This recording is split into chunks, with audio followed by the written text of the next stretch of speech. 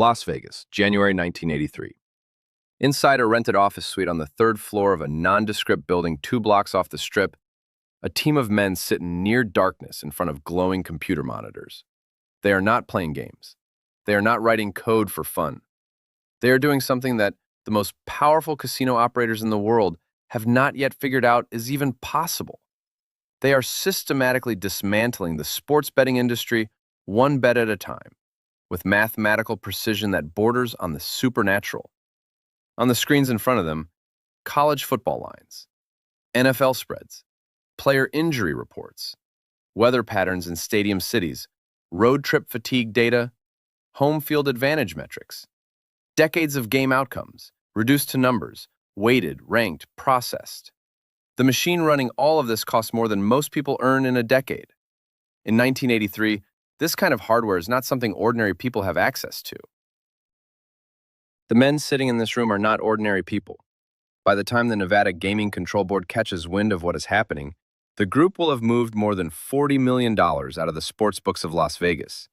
Not in chips, not in table wins, in sports bets, legally placed, on games anyone could bet on, through methods that, technically, break no law.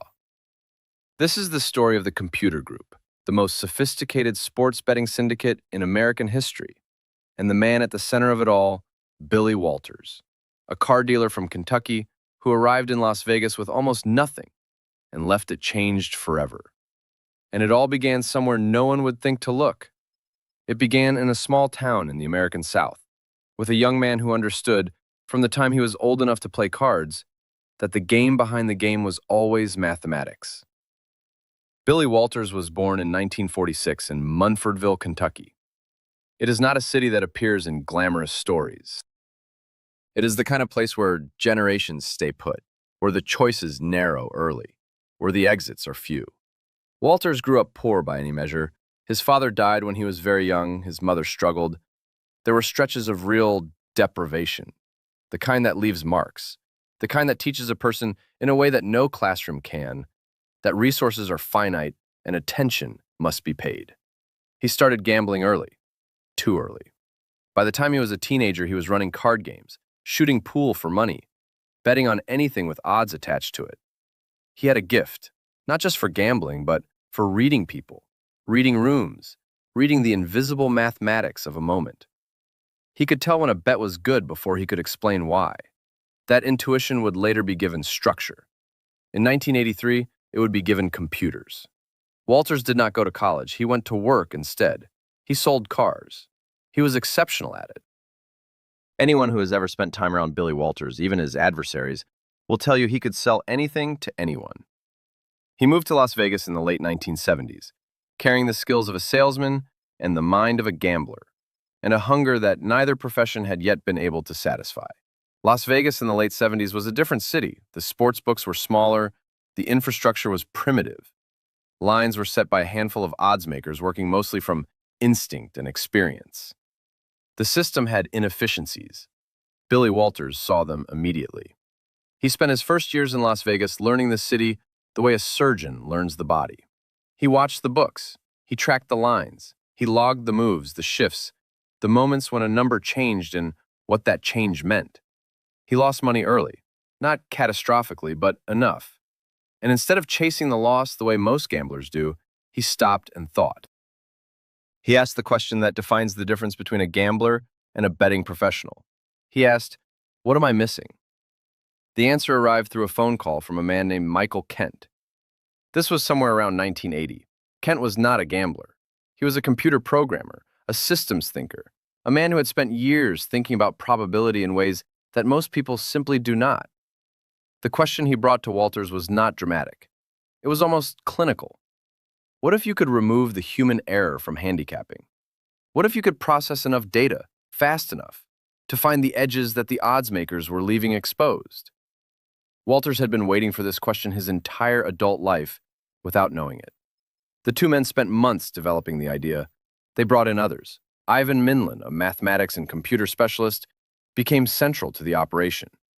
Other bettors, analysts, and data collectors joined. The group was informal at first, a collection of smart people orbiting an idea that None of them had the language to fully describe yet. By 1982, they had a system. By early 1983, they had a machine. The computer they used was state-of-the-art for its time, which means, by modern standards, it was unimaginably slow and limited. But what it could do, in 1983, was revolutionary. It could process historical game data, injury reports, weather, travel schedules, line movements, and dozens of other variables. And it could produce a projected point spread for any given NFL or college football game. It could tell them, in numbers, when the Vegas line was wrong. And here's the thing. The Vegas line was wrong more often than anyone inside the industry wanted to admit. The way sports betting works, the sportsbook is not trying to predict the outcome of the game. The sportsbook is trying to split the action evenly on both sides so that the juice, the commission on every bet, becomes pure profit regardless of who wins. The odds makers are not setting a mathematically correct line. They are setting a line they believe the public will bet evenly on. These are different things. And in that gap between a line designed to attract balanced action and a line that reflects the actual probability of a game's outcome, money lives. The computer group lived in that gap. Their process was methodical. The computer would spit out a number for a given game, the group's line. If the Vegas line was more than a few points away from their number, they would bet hard, immediately, before the market could adjust. The window was sometimes only hours, sometimes less. But there was a problem. The sportsbooks had limits. A single bettor could not walk in and place $200,000 on a college football game. The books would cap him. They would also, very quickly, identify him as a sharp and either reduce his limits further or ban him outright. The computer group needed size. They needed to get money down in large quantities without alerting the books to what they were doing. So they built a network. What grew over the next 2 years was not just a betting operation. It was a logistics organization. The group recruited what became known in the industry as runners.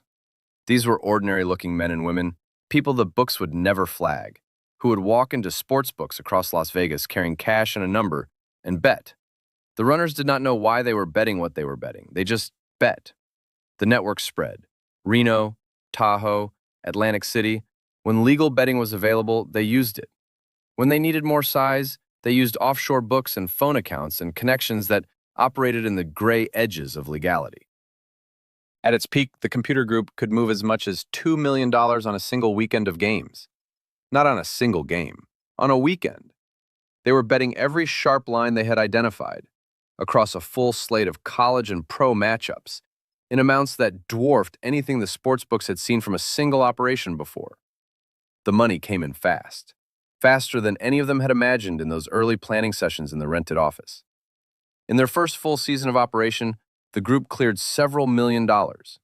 It was enough to validate everything, enough to expand, enough to push. By their second year, the number was climbing past 10 million. The computer was right more often than it was wrong.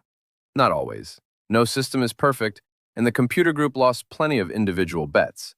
But their edge was real. Over a large enough sample, the mathematics did what mathematics does. It paid. Billy Walters was by now the public face of the operation, though the group operated with a deliberate low profile. He was the one who moved through the Las Vegas casino world with visibility, who knew the pit bosses and the book managers, who could walk into a room and command it without announcing why. He was 37 years old and making more money than he had imagined a person could make. He wore it well. He bought property. He drove well. He ate at the right restaurants. He was, by every external measure, a successful Las Vegas businessman whose actual business was something most people in the city did not understand. There was a Tuesday in the fall of 1984 that Walters would later describe as the moment he understood what they had actually built. The group had identified a line on an NFL game they believed was off by 4 full points. 4 points is an enormous edge in football betting. They moved fast. Through the network, they got approximately $800,000 down before the line shifted. They won. The profit from that one game, on that one Tuesday, exceeded what Billy Walters had earned in his best full year of car sales. He sat in the office after the results came in and looked at the numbers on the screen and said nothing for a long time. He had no idea that a single decision he would make less than 3 years later would threaten to destroy all of it. By 1985, the computer group was operating at a scale that was, by sports betting standards, unprecedented. Their annual profits, though never precisely disclosed, were estimated by those close to the operation to be in the range of $10 to $15 million per year. The total figure extracted from the Las Vegas sportsbooks over the life of the syndicate would eventually be placed at somewhere around $40 million. Some estimates run higher. The books were starting to notice. This was inevitable. When the same series of bets keeps winning at a statistically improbable rate, when the lines keep moving in ways that suggest someone knew something before the market did, when certain runner identities begin to cluster around the same winning tickets, a picture forms. The Nevada Gaming Control Board began receiving reports from individual sportsbook operators that something systematic was happening, that someone was not gambling, someone was investing. The casino industry was not prepared for this. The sportsbooks had been built for recreational bettors, for fans who wanted to have something riding on Sunday's game, for the degenerate who chased losses with emotion rather than data. The books had no framework for an adversary who approached sports betting the way a hedge fund approaches markets. Their defenses, their limits, their surveillance, their blacklists were built for individuals. The computer group was not an individual. The group adapted continuously. When a runner was identified and banned from a book, they were replaced. When a book tightened its limits on a particular better profile, the group found new profiles. When one pipeline was closed, another was opened. Walters was the architect of this resilience. He had grown up in an environment where the exits were always closing and you had to find new ones. He was very good at finding new ones. Through 1985 and into 86, the escalation continued. The computer was being updated, refined, fed new data, taught to identify new patterns. The group expanded its coverage from NFL and college football into basketball. The NBA offered different inefficiencies, different patterns in how lines were set, different public perception biases that the computer could exploit. Basketball also offered more games. More games meant more opportunities. More opportunities meant more profit. By this point, Billy Walters' personal cut of the operation's earnings had made him, quietly, one of the wealthiest men in Las Vegas who did not own a casino. He bought a home in one of the city's better neighborhoods. He invested in golf courses. He played golf obsessively, the one hobby that seemed to give him something the action could not: silence. He was known in the city as a high roller, a figure of some mystery, a man whose money was real, but whose methods were always slightly vague. People who socialized with him remember him as magnetic, funny, generous, a man who picked up checks and asked questions and listened well. They also remember that he did not talk about business. The runners were now operating in multiple states. The legal architecture of sports betting in America in the mid-1980s meant that Nevada was the primary legal market. But the group had relationships with offshore books, with private bookmakers in other states, with networks that stretched into places where the legal status of their activity was considerably murkier. Billy Walters knew exactly where those lines were. He had lawyers who monitored them. He was not reckless. He was precise. And then the Federal Bureau of Investigation arrived. It was not a sudden thing. Federal investigations rarely are. The FBI had been watching the sportsbook industry for years, looking for connections to organized crime, looking for money laundering, looking for the infrastructure of illegal gambling that the Bureau believed, not without reason, ran beneath the surface of the Nevada sports betting world. When the reports from the Nevada Gaming Control Board began to suggest that a sophisticated syndicate was operating at scale, the FBI added that thread to its existing tapestry of investigations. The name Computer Group began appearing in federal documents. Walter's name appeared in those documents. So did the names of others in the operation. The surveillance was quiet. The agents were patient. They were building a picture before they moved, as federal agents do. Back inside the operation, no one knew the full extent of what was being assembled against them. There were rumors. There were moments of paranoia that would flare up and then subside. One of Walter's colleagues told him in late 1985 that he was certain there was a federal eye on them. Walters reportedly said, "We aren't doing anything wrong." He was not wrong, and he was not entirely right either. What they were doing was legal. But what some of the people around them were doing, in the broader ecosystem of the operation, was not always so clean. There were people at the edges of the network who had connections that neither the computer nor Billy Walters could fully control. The first knock on the door came in February of 1986. Not a literal knock, an invitation, a subpoena. Federal grand jury proceedings were underway examining sports betting operations in Nevada. The computer group's network was part of the inquiry, not the central focus, not at first, but part of it. And when the government begins asking questions, the shape of a business changes. Some members of the group became nervous. Several quietly reduced their involvement. A few disappeared from the operation entirely. Walters remained. He had lawyers. He had records. He had, he believed, a defensible position. Everything they had done was legal. The bets were placed through licensed Nevada sportsbooks. The computers used no stolen information. No games were fixed. No officials were bribed. They had simply been smarter than the books, and faster, and more disciplined. Was that against the law? It depended on who you asked. The government's theory, which evolved through 1986 and into 87, was not primarily about the computer group's betting operation itself. The theory began to focus on the network through which money moved, the runners, the offshore relationships, the cash flow. In an industry where the line between legal sports betting and illegal bookmaking was geographic as much as anything, the group's infrastructure had crossed into territory that federal prosecutors believed they could prosecute. Wire fraud, racketeering, conspiracy. The investigation became a siege, grand jury subpoenas, witness interviews, financial records examined. The operation that had functioned with military efficiency for 3 years began to strain under the weight of legal scrutiny. The computer was still running, the lines were still being identified, some bets were still being placed, but the energy in the room had changed. The clean certainty of the numbers was now surrounded by a fog of legal exposure that no mathematical model could compute away. In 1987, the government made its move. Federal indictments were issued. Among those charged was Billy Walters, along with several others connected to the operation. The charges included counts related to illegal interstate wire wagering and related conspiracy offenses. The indictments alleged that while the core betting operation may have operated in legal territory, the network through which money moved did not. The story broke in the Las Vegas papers and then in the national sports press. The computer group, which had operated for years in deliberate obscurity, was suddenly a very public story. Journalists who covered gambling wrote about the group with a mixture of fascination and disbelief.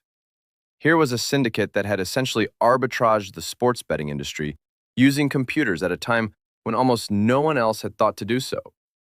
Here was proof that the sportsbooks could be beaten, systematically, by someone smart enough and organized enough and patient enough to do it. The Las Vegas sportsbook operators were furious, not because they had been robbed. They had not, technically. The bets were legal. The results were legitimate. But they had been taken advantage of in a way they had not anticipated and could not easily defend against. Several major books quietly changed their processes after the computer group story became public, tightening limits on winning bettors, developing internal systems to identify sharp action more quickly. The industry, in a sense, upgraded itself in response to what the computer group had revealed. $40 million worth of tuition. The trial was complicated. Federal cases involving financial crime and wire fraud across multiple jurisdictions usually are. The government's evidence was substantial.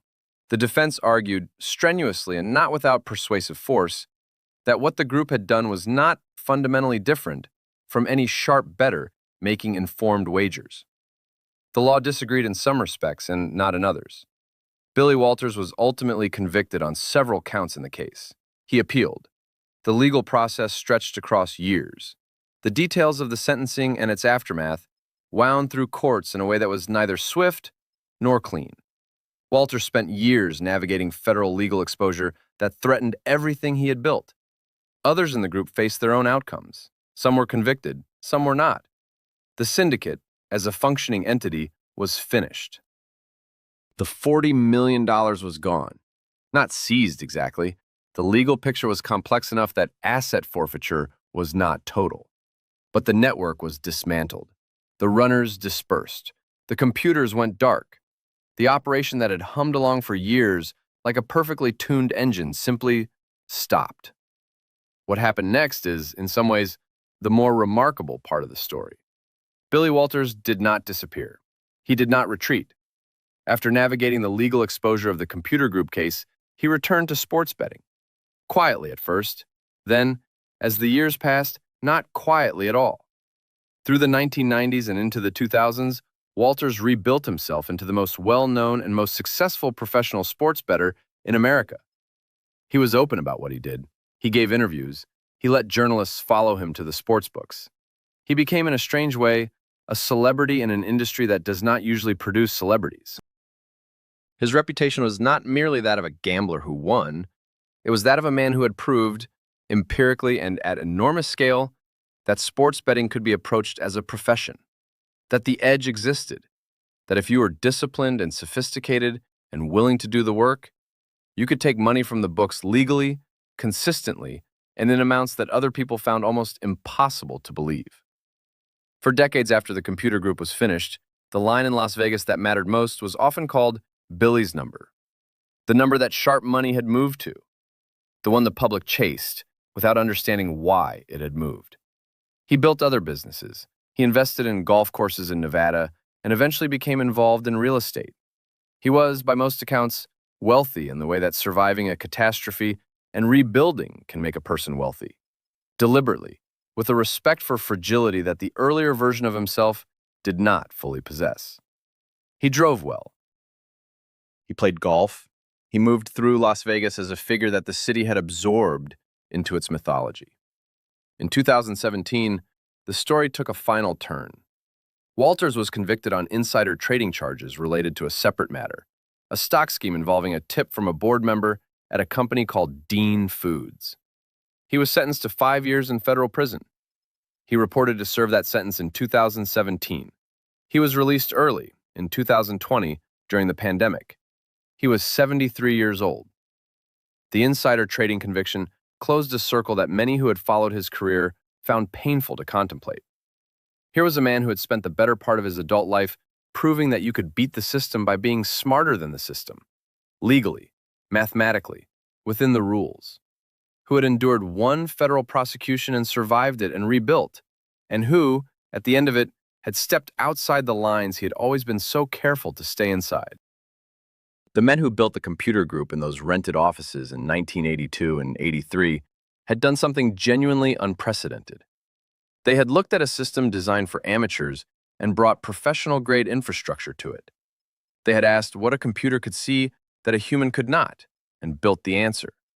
In doing so, they had extracted $40 million from an industry that believed it was extracting from everyone else. Whether that makes them heroes or criminals depends entirely on which side of the bet you are standing on. What is harder to argue with is this. The sports books they took those $40 million from still exist. Las Vegas still exists. The sports betting industry, which has since expanded to dozens of states and grown into a market worth hundreds of billions of dollars annually, took every lesson the computer group ever taught it and built better defenses. The houses they fought still stand, but somewhere in the archive of American gambling history, there is a single data point that no defense can erase. For 3 years in the early 1980s, a group of men with computers and mathematics and an extraordinary amount of discipline sat down across from the most powerful sports books in the country, and they won. Billy Walters is out of prison now. He is in his late 70s. He plays golf. Whether he still bets, no one outside his immediate circle knows for certain. The computers that started it all have long since been replaced. The technology the computer group used would, by today's standards, fit in a child's toy.